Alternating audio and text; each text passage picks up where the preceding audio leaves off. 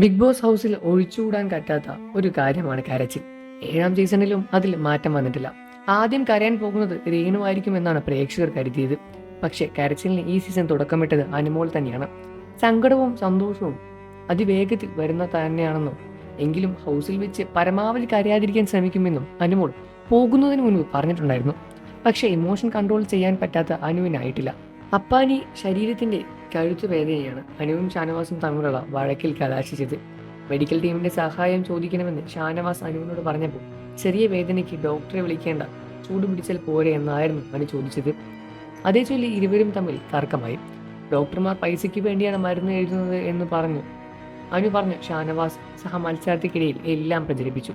അതോടെ ഡോക്ടറെ ബെന്നി ബെസ്റ്റാനും അക്ബറും അനുവും എതിരെ ആക്രോശിച്ച് എത്തുകയും ചെയ്തു. അക്ബറിന്റെ ഭാര്യയും ഡോക്ടർ തന്നെയാണ്. ഡോക്ടർമാരെ കുറിച്ച് തെറ്റിദ്ധാരണ പരത്തുന്നതെന്ന് ആവശ്യപ്പെട്ടും അക്ബറും ബിന്നിയും അനുവിനെ ശകാരിച്ചു. എന്നാൽ താൻ അത്തരത്തിലൊന്നും സംസാരിച്ചിട്ടില്ലെന്നും ഷാനവാസ് വാക്കുകൾ വളച്ചൊടിച്ചതാണ് എന്നുമാണ് അനുമോൾ പറയുന്നത്. എല്ലാ വശത്തു നിന്നും വിമർശനവും ശകാരവും വന്നതോടെ അനുമോൾ കരയാൻ തുടങ്ങി. വിഷയം കൈവിട്ടു പോയെന്ന് മനസ്സിലാക്കിയ ഷാനവാസ് അനുവിനെ ആശ്വസിപ്പിച്ചെങ്കിലും അതൊന്നും തന്നെ തണയാനും സാധിച്ചില്ല. ഡോക്ടർമാരെ വിമർശിച്ച് അനു സംസാരിച്ച പോലെ എനിക്ക് തോന്നിയെന്ന് ഷാനവാസ് ബിന്നിയോടും അക്ബറിനോടും തിരുത്തി പറയുകയും ചെയ്തു. ഷാനവാസ് ഓവർ ഷോ കാണിക്കുന്നുവെന്ന് ഫാത്തിമയും അക്ബറും നടനെ വിമർശിച്ചും രംഗത്ത് വന്നു. അനുവും ഷാനവാസും തമ്മിൽ മാത്രമല്ല, ബിഗ് ബോസ് വീട്ടിലെ ഓരോ കോണിലും ചെറിയ ചെറിയ വഴക്കുകൾ നടക്കുന്നുണ്ട്. മറ്റൊരു വഴക്ക് ആര്യയും അഭിലാഷും തമ്മിലായിരുന്നു.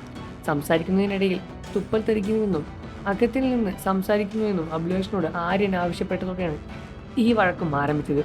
മറ്റൊന്ന് മലയാളത്തിൽ സംസാരിക്കാൻ ക്യാപ്റ്റനായ അനീഷ് വീട്ടുകാരോട് ആവശ്യപ്പെട്ടതോടെയാണ് ആരംഭിച്ചത്. ഗുഡ് മോർണിംഗ് പറയുന്നതിന് പകരം സുപ്രഭാതം എന്നാണ് അനീഷ് വീട്ടുകാരോട് ആവശ്യപ്പെട്ടത്. എന്നാൽ വീട്ടുകാർ അതിനെ എതിർത്തു. മലയാളം പറയാൻ നമുക്കറിയാം, നമ്മുടെ കൂടെയാണ് നീ, അല്ലാതെ നിന്റെ കൂടെയല്ല ഞങ്ങൾ എന്നായിരുന്നു അപ്പാനി ശരത് അനീഷ് നൽകിയ മറുപടി.